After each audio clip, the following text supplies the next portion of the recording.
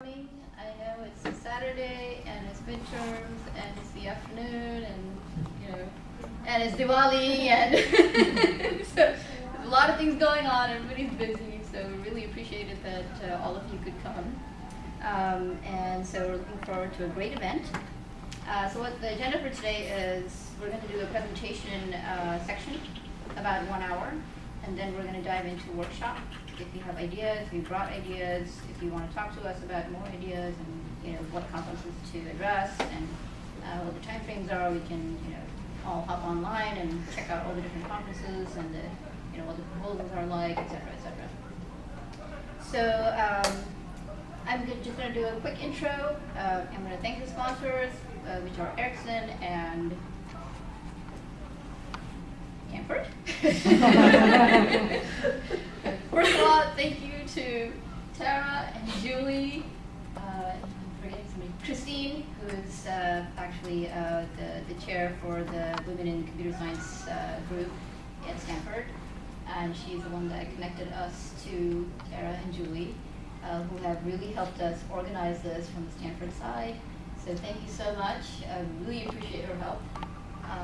And then we have Ericsson, who Deepa was instrumental in getting them involved to sponsor our food and drink, which is what we ate. So thank you, Ericsson.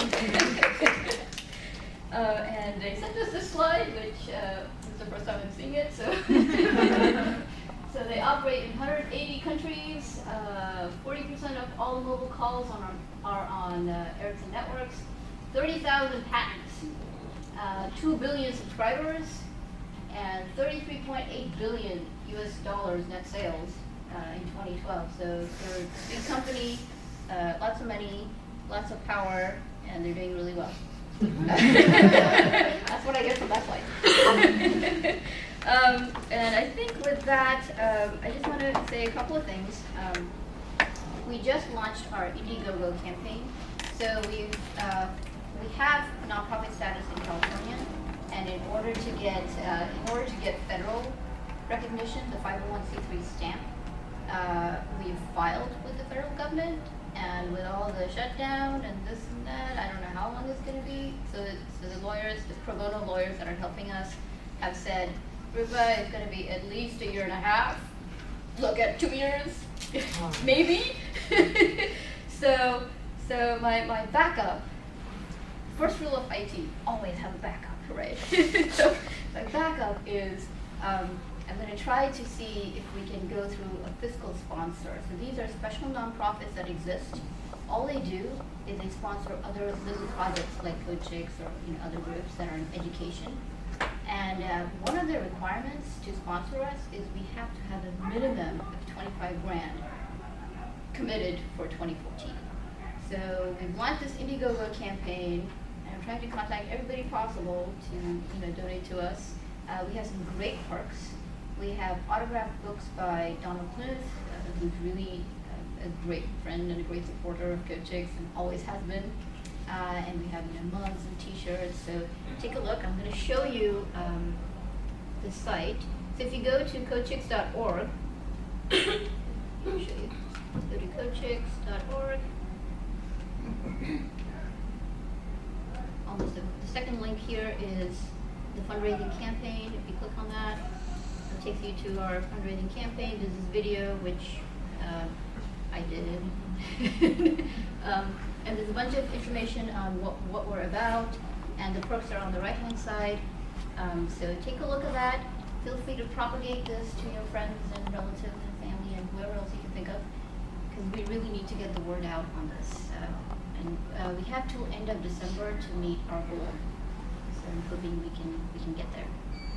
So that's all I wanted to say. I'm going to hand it over to Deepa, and then Deepa will talk a little bit more about CodeChix and what we do, and then we're going to start with them.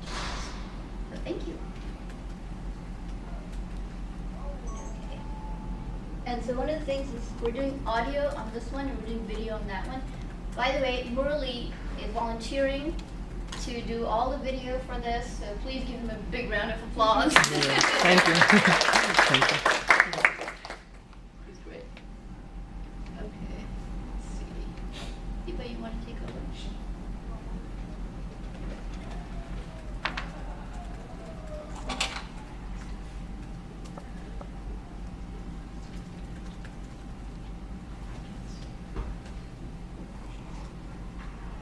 Good afternoon. I'm Deepa, Karnad, Dhurka, and I'm very excited about this workshop. We have amazing. Oh, let me start this. Thank you. We have amazing speakers today, and I hope that at the end of the workshop, all of us will have returned, away with something really insightful about technical conferences and proposing at these conferences. So I will start by talking a little bit about CodeChix and then make the introductions and then get out of the way. But before that, I just want to make sure everybody has the Wi-Fi password or the Wi-Fi network. It's Stanford Visitor, and you don't need a password, you need to access the terms and conditions. That's one thing, and I hope everyone had lunch. And the restrooms are the door next to the elevator on the left, and the water is in the same area. Couple more things. One is we have some really cool T-shirts. Like one of them is the kind I'm wearing. There's a green one for $10 and the Einstein one for $25. If anyone wants to pick it up, you can contact one of us. That's one. And the other thing is Rupa was talking about Indiegogo. We are planning on making more promotional videos. And if anybody would want to take little interviews and have his video recorded, we could use those clips in the promotions, and that would really help us. Our Twitter hashtag is CodeChix, and we really urge you to pull out your mobile devices and get wild with it. We need all the publicity we can get to get the word out there and let more people know about our great events. So with that, I will start about the CodeChix.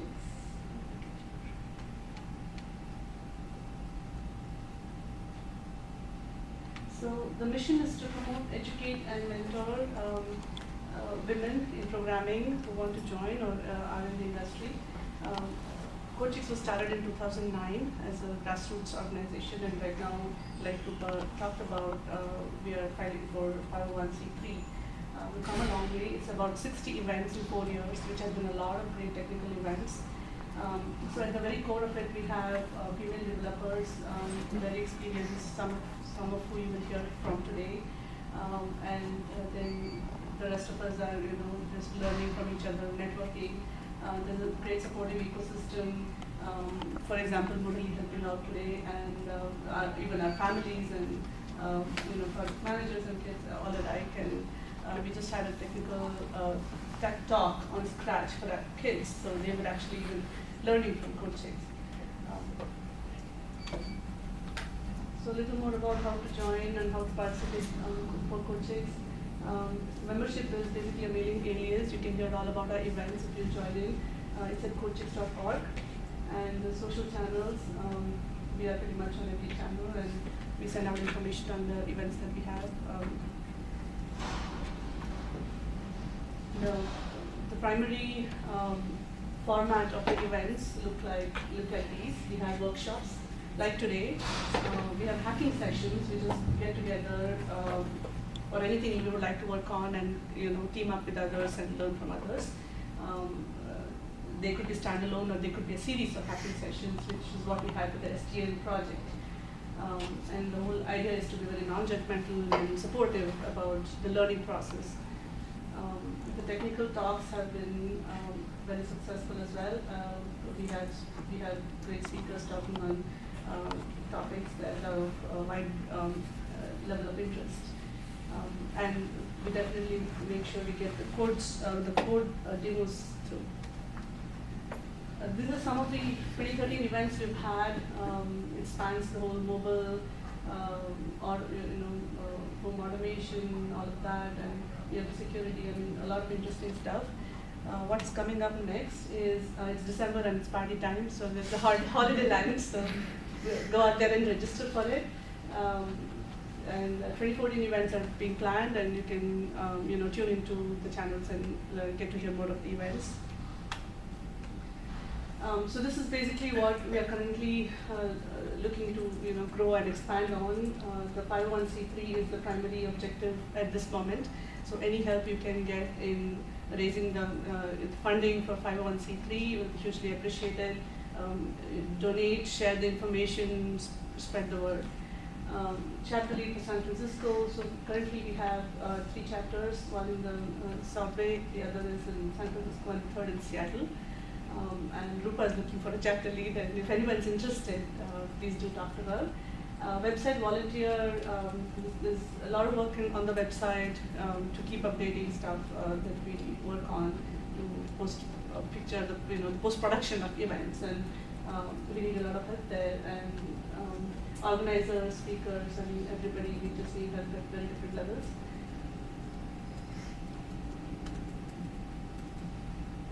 So the tweeting, Google, Facebook,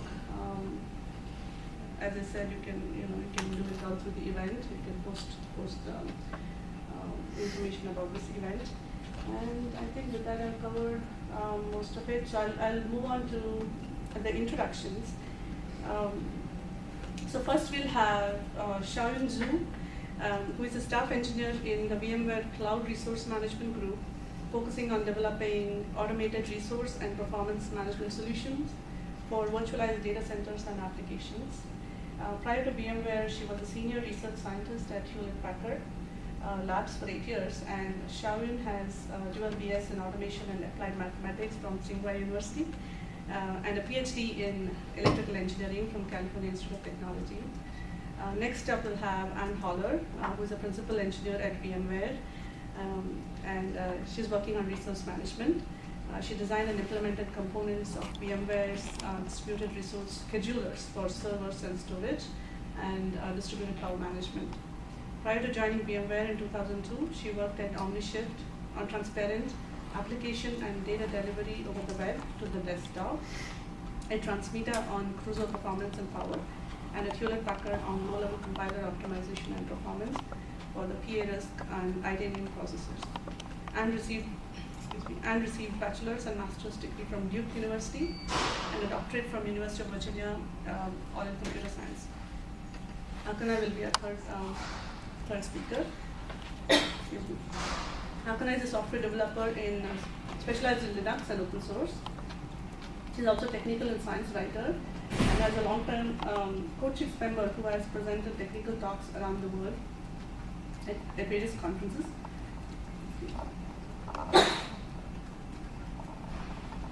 She is the author of the book Beginning Git from Novice to Professional, which is a guide to image editing using the GNU image manipulation program. Ken Nielsen is the sole developer of Android apps at Solstice Software and the author of the Extra Screen Hacks, collection of screensavers for Linux. She has a BS in computer science from UCSC. So with that, let's welcome our first speaker, Xiaoyun, to take over.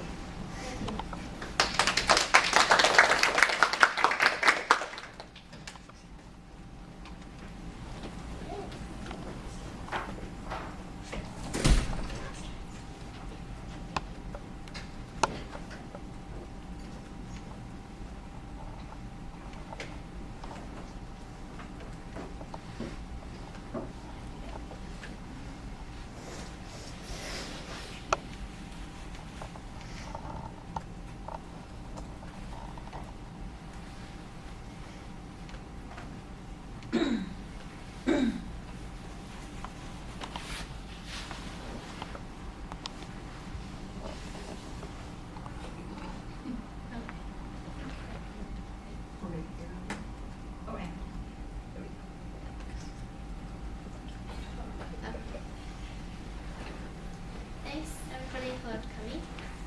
It's my pleasure to be here today, and as Deepa mentioned, I'll be covering the topic of how to get involved in technical conferences. Actually, even the mic is really close to your mouth. Yeah, that's good. We have a clear audio. Okay. So actually, both Anne and I will be covering this topic, but I will be focusing on 2 subtopics. So first is about how do you go about writing and then submitting a research paper to a technical conference or maybe a workshop. So I'm going to cover a few sort of subtopics in this area in terms of how do you choose a target conference or workshop. And after you have your target write basically good quality research papers that can be submitted to the conference, and also mention a little bit about how to deal with submission failures, because that basically happens all the time. And then if we still have some time in the end, I also mention, because your papers after they're submitted will be reviewed by the technical program committee. And so I will basically cover a little bit about how a program committee works and how the papers will be reviewed.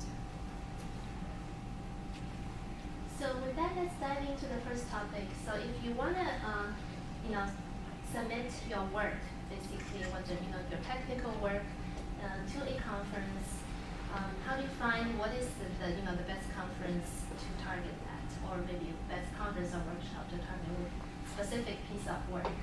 There are a lot of things you can do about that.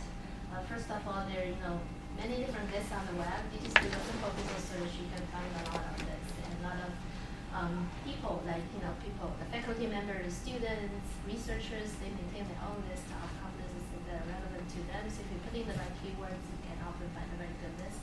These are kind of generic lists that are maintained by these associations, including ACM, USNIC, and IEEE. All have their upcoming conferences and conferences for the part of the year. And basically, it's very useful kind of place for you to find all the possible conferences that might be relevant to you. And obviously, there's so many events out there. Sometimes it can be overwhelming too. So you really want to identify something that really fits very closely with your interest and your technical area. And to do that, reading the cover papers very carefully is oftentimes the first thing, because it really covers in detail exactly what are the topics they're seeking for that particular instance of the conference. A lot of conferences these days are also trying to reach out and expand their scope. So even for a conference you might have known for some time, be sure to go here and look at the CFP for the year. They might have expanded into some new areas. And a lot of conferences want to reach in these days, for example, big data, mobile, basically a lot of these new exciting areas. So be sure to check it out. It's also very useful to basically, just find the previous proceedings. These days, a lot of the proceedings are online. And USNIC make all of their proceedings open to public. You can basically look it up. And just kind of, don't want to spend a huge amount of time on it, but kind of quickly scan through it and see who has published in that particular conference, what kind of topics they have covered, and what kind of style that paper typically has. And that can be very useful as well. So are these proceedings usually available online, or do you have to So it order depends. them, or what? Yeah, it depends. Like the USNIC, they kind of made it their mission to make this kind of information open to public. So I think that USNIC's proceedings are usually online. It could be some number of days after the conference. It's not before the conference, but that may not apply to ACM and IEEE conferences. But I know some companies have these associations or licenses to access either the ACM digital library or the IEEE library. In those cases, then you can actually go in to download the papers. And a lot of authors actually put their papers somewhere, or they might have put it somewhere over the years. Then you can actually, a lot of papers actually, I just put in the title. I'm usually able to find it, some PDF version online. Yeah, it doesn't apply to all the papers, but majority of them. In the end, if still not available, if you know who the author is, you can always email them and say, can I take a look at your copy? People usually have feedback, and then other people are reading their papers. Yeah, so that's about just kind of scanning through the proceedings to give you some knowledge about what the conference is about, who has published, what are they talking about. That's also very helpful. Another thing is about program committee. One of the things a lot of authors often check is also they'll go into the conference website and see who are the organizers and who are in the program committee. By looking at kind of who's associated with the program committee, usually give you the idea of the focus area, what people actually are involved in the conference, and probably what kind of topics they're going to cover. You can also see whether if you find a conference where there are a lot of well-known people have done really good work, associated with the conference that can give you more confidence about the conference as well. And finally, if in the PC you actually know somebody, you can actually ask them, oh, I'm working on such and such project. Do you think that is a good fit for this particular conference? And if that's the case, can you give me some suggestions and advice and things like that?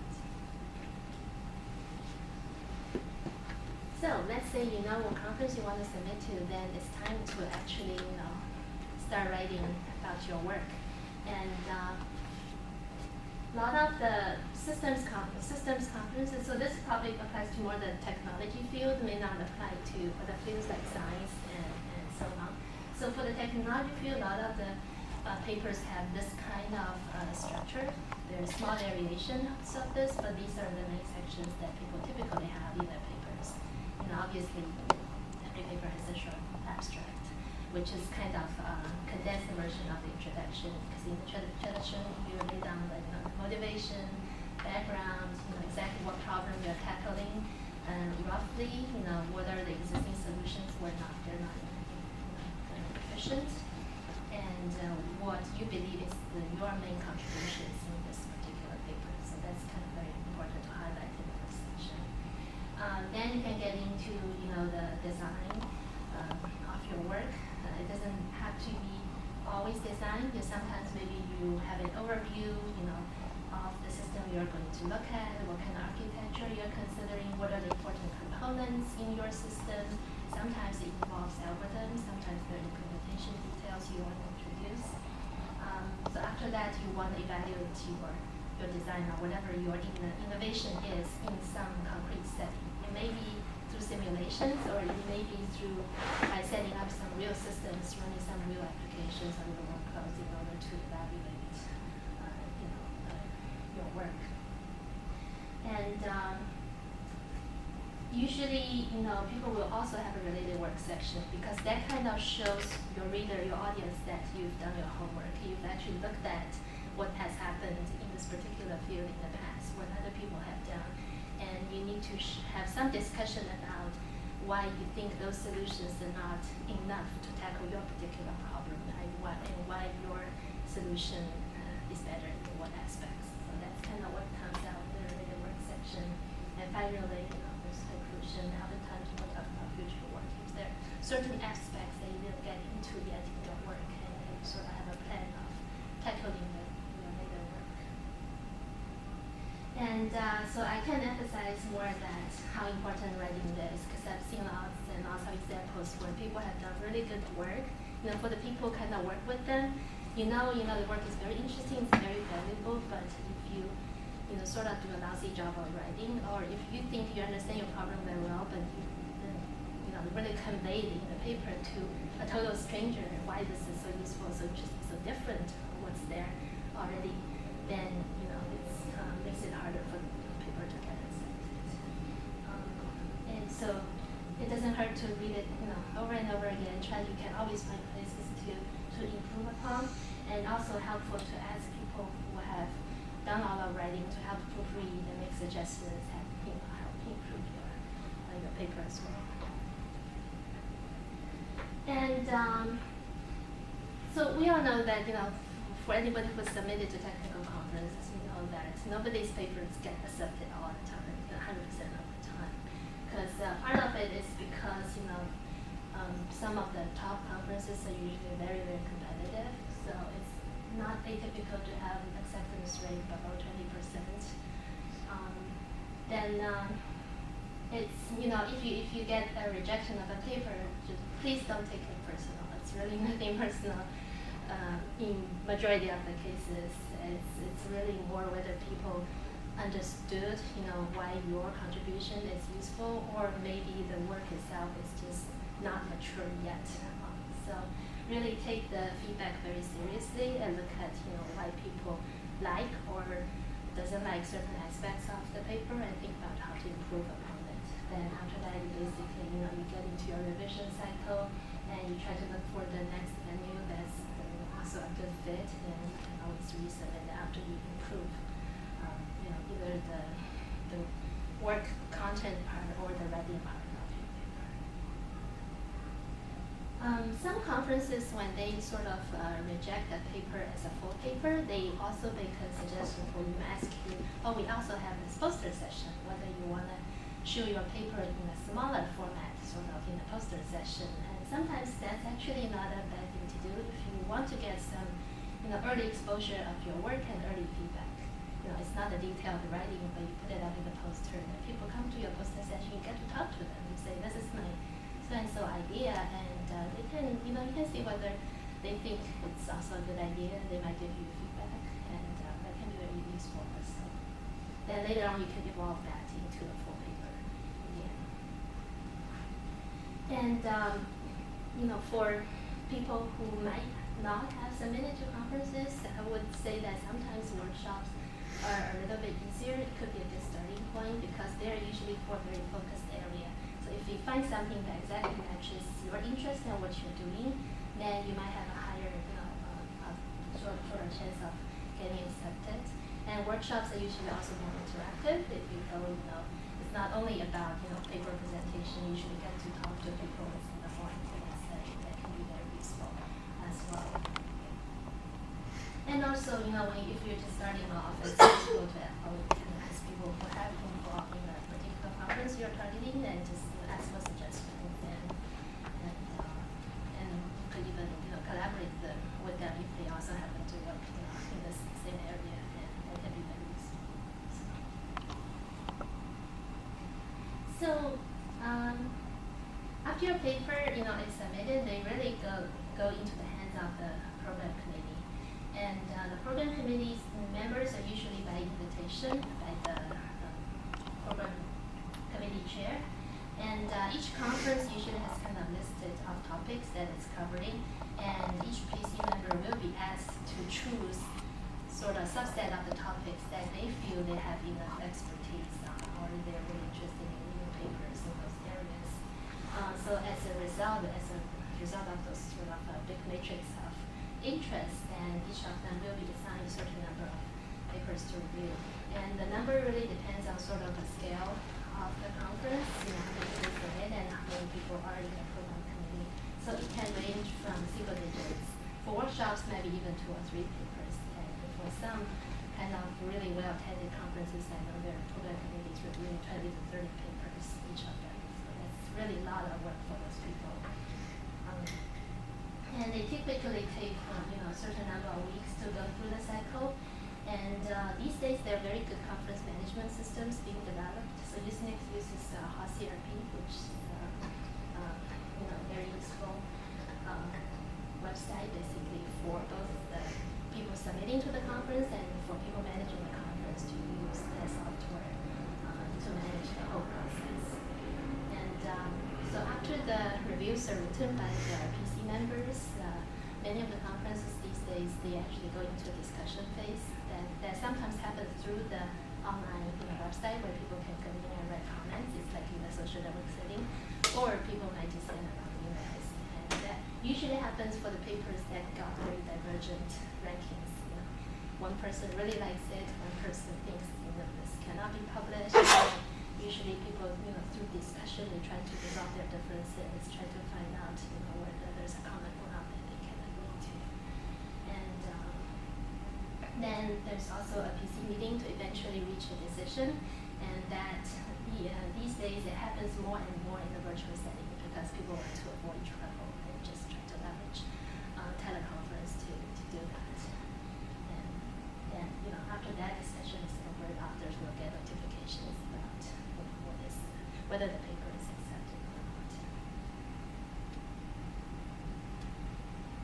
So people working in the technical fields, sometimes might help to get involved in some of the program committees. Then you're sort of, first of all, you meet more sort of the well-established people in the field. You can interact with them, talk to them, learn about a lot of ideas, what other people are working on. You also get to read papers, of the new stuff that people are working on, and provide your feedback to them. And so if you're interested in these kind of roles, I think it usually helps for a particular conference to offering help to review some of the papers, because because the PC members are usually allowed to assign some of the papers to external reviewers if they believe that person is an expert in that particular field. So, by start helping review some of the papers, at least you get yourself familiar with the conference and the process. And for yourself, if if it's a conference that's in your field, it also helps to submit your own papers, and if you have publications in a conference, it helps sort of establish your credibility. And then sometimes people will come to you and ask you for help in the review process. And if you know somebody who's associated with a particular conference, it never hurts to just ask if you're actually interested. Just show your interest, and people at least are aware that this person is willing to help, then there are opportunities to get in touch. So that's pretty much. I think I exceeded my 10 minutes slot. But that's pretty much what I'm going to cover today. Thanks. I have one question. Yeah, sure. Go ahead. So I suppose we'll talk Q&A in the end, or what's your format? Yeah, we'll keep it interactive. Okay. If you can just speak into the thing, whatever question is asked, so then we'll have it recorded on what the question was also. Go ahead. I was just wondering how many people review one paper when you said divergent opinions. Yeah, that also varies from conference to conference, but I think most PCs Can you want to repeat the ensure. question, please? Oh, yeah. So the question asked was that typically how many reviewers do review each paper? So it varies. It depends on the specific conference, but usually they try to make sure at least 3 reviews are done on a particular paper. And some conferences have a more rigorous process where they may have 6 to 7 reviews done on a single paper. So it's not unusual for people to have different opinions on a particular piece of work. More people. Any other questions for Xiaoyun for now? No? Okay. Yeah, if you think of other questions, Yeah. you can always ask. We'll have the workshop section as well. Sure.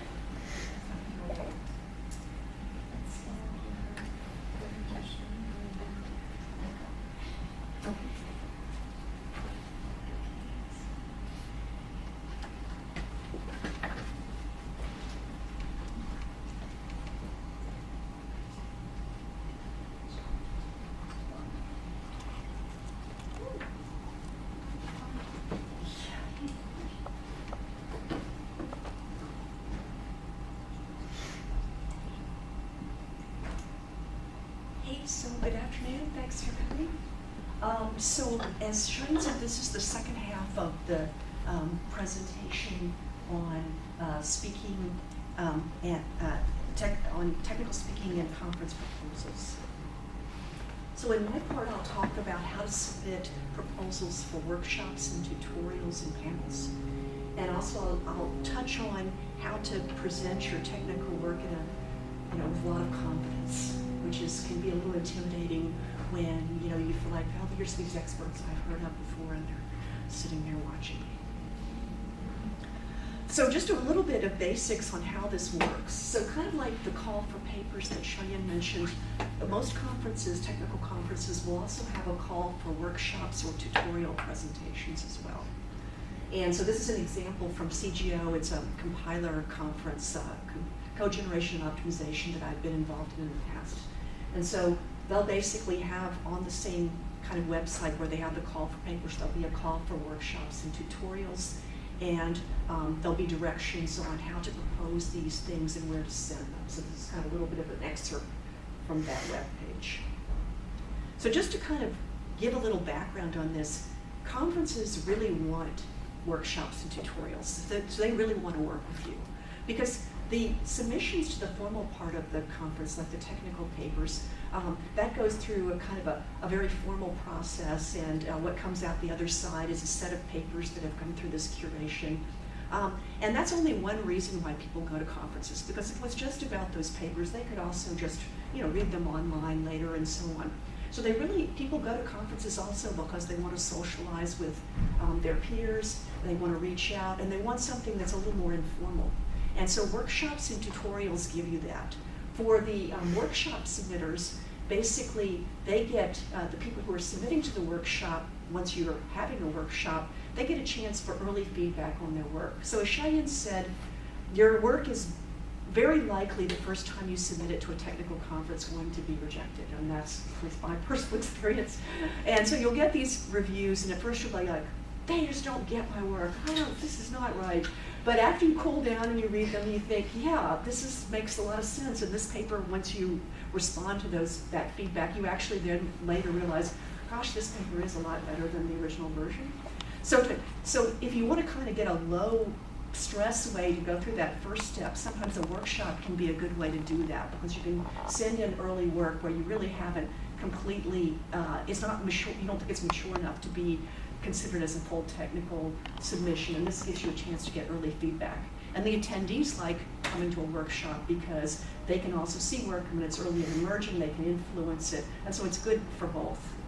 Similarly for tutorials, if you're a person giving a tutorial and submitting it, you get exposure as an expert in the field. So that's nice for you to kind of get that kind of recognition, which you might not normally, people wouldn't realize that you have this particular expertise, and that's nice. And attendees get an accelerated learning situation where they're there for a couple of hours straight getting that. So basically, my thing here is, unlike the technical paper submission, which is pretty high pressure, this is something where you're going to get a lot more nurturing. This is my kind of take on how to propose a workshop. And basically, the first time I was involved with a workshop, I actually was invited by a female colleague. So when I joined when I joined HP back in the 90s, my mentor was a female, which was kind of unusual. There weren't that many women engineers back then. And so she contacted me later when I was working at VMware. She was working at Intel. And she said, let's put together a workshop for this conference. And I was like, oh, how can we do that? That sounds really hard. And she says, no, this is going to be easy. So basically, she and I, the first year, one of us, she was the general chair and I was the program chair. And so what we did is we basically had a topic that we both cared a lot about, and we drafted a call for papers on that topic where we thought a lot of people, a lot of colleagues that we had expertise in that area, and we thought they'd be willing to help us. And so we basically wrote up the call for papers, and we invited a small program committee. And we started out small, which was a half-day workshop. And this is the workshop, we did it multiple years, but this is an example of one of the years we did it. It's WISH, which stands, catchy name is optional, but we thought it was a cool name. It stands for Workshop on Infrastructures for Software, Hardware, Co-Design. Anyway, that's what basically, we proposed this, and you basically send it into a workshop chair, and you say, here's the people that are going to be involved. It's going to be a half day. The format will be, we think it'll be 5 technical papers and a keynote. That was what we proposed. And the workshop chair said, this sounds good, and they actually gave us some help. So basically, this worked out well, but after we proposed and got in, then we found out that there was actually a fair amount of work after that that we hadn't completely anticipated, or at least I hadn't. I think she had more experience than me. So one is that a workshop doesn't have as much attention as one of these major, conferences. People know, oh, I'm going to submit to this important IEEE or ICM conference, but your workshop is a kind of the thing that you invented. And so you've got to do a lot of publicity around it. I mean, they'll certainly put if your workshop is selected, they'll put it on the web page for the conference, but you also have to reach out to people that you know are in that field and nurture them and get them to submit. And so we would actually monitor how many submissions we had before our due date, and if it was looking kind of low, we'd reach out both to people we ourselves knew and to people that the program committee knew and said, hey, don't you guys have some early work that you want to get exposure for? Why don't you guys submit something?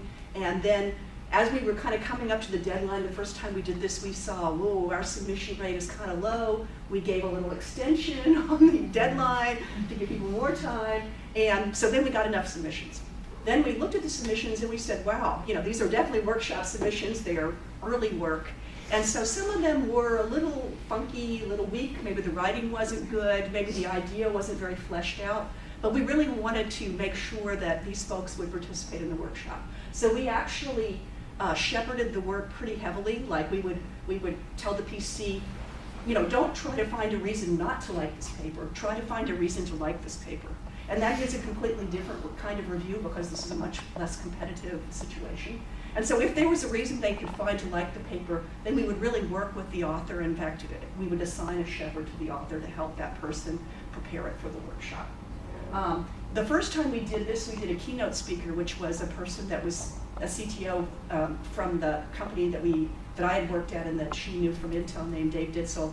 He was a nice addition, and he also attracted people to our workshop because he was pretty well known, and he's kind of a charming speaker. But another year, and that worked out really well, so we had sort of people coming because of the submissions themselves, and we had people coming because of that. Another year, we did a panel session at the end, and we kind of invited people to talk about a topic, a retrospective on why they thought the Itanium wasn't successful, which was a project that both my friend and I had worked on that didn't really take the world by storm. And so that was pretty cool, and we served wide. So anyway, there's a lot of things that you can do at a workshop that you can't do at a conference that can make it important both when you're submitting it and when you're running it. Proposing a tutorial, I've been on the receiving end of proposing a tutorial. I haven't done it myself, but again with CGO, I was had basically worked my way up the organizational chain. So at some point I was working as a general chair for this conference and was kind of interacting with people that were handling the tutorials. So basically, if you want to submit a tutorial, it really is a nice chance for you to demonstrate your expertise in something and to connect with other people that care about that thing. It should be something you can explain in a few hours because a tutorial is typically either a half day or a full day.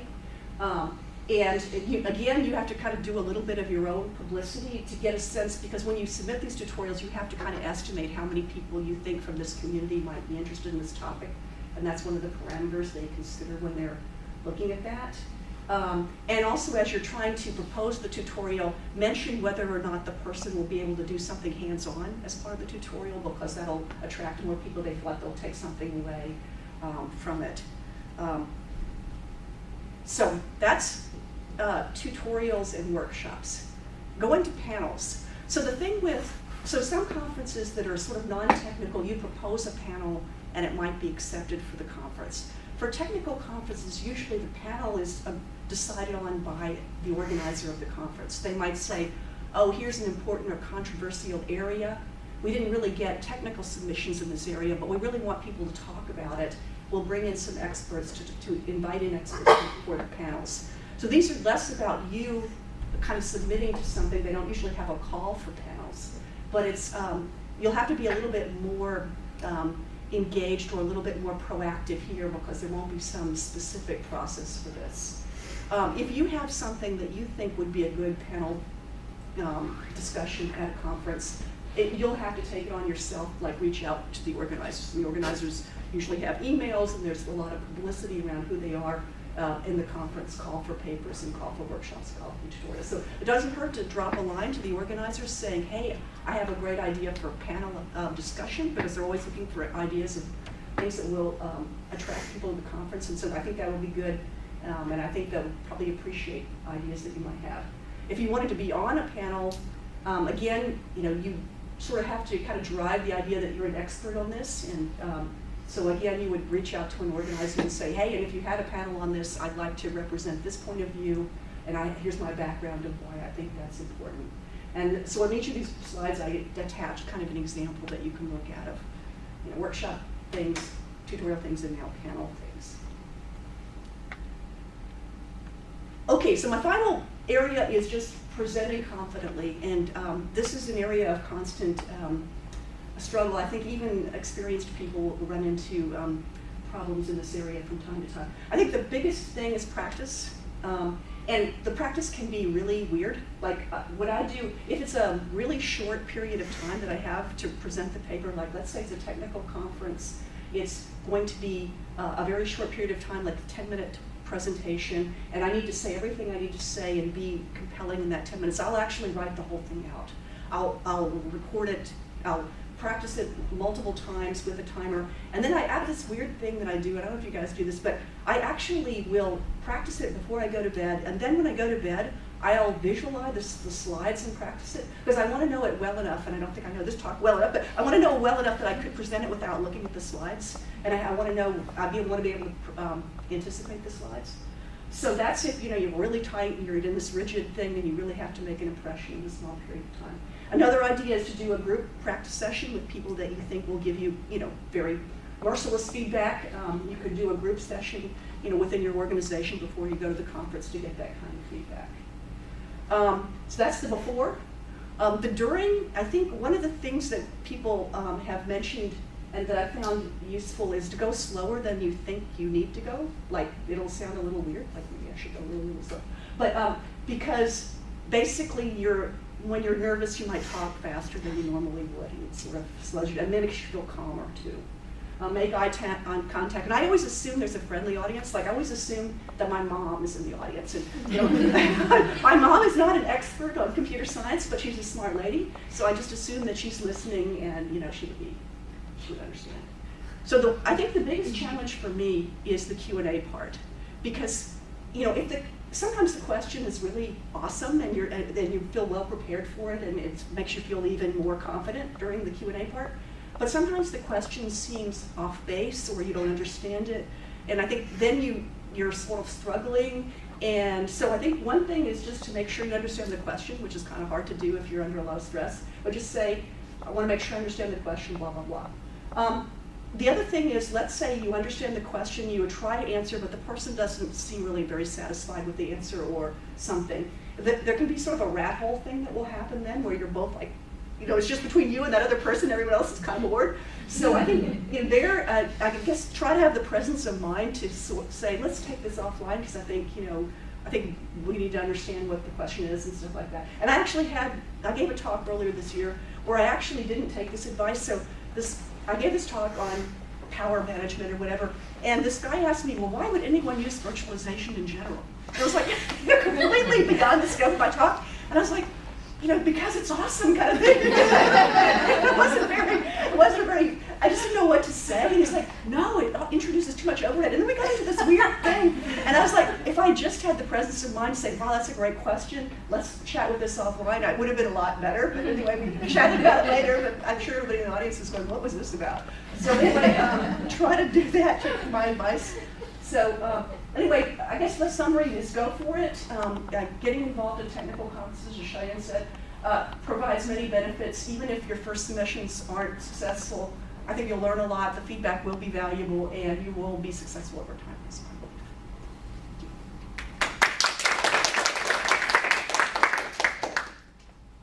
Cool. Who's next?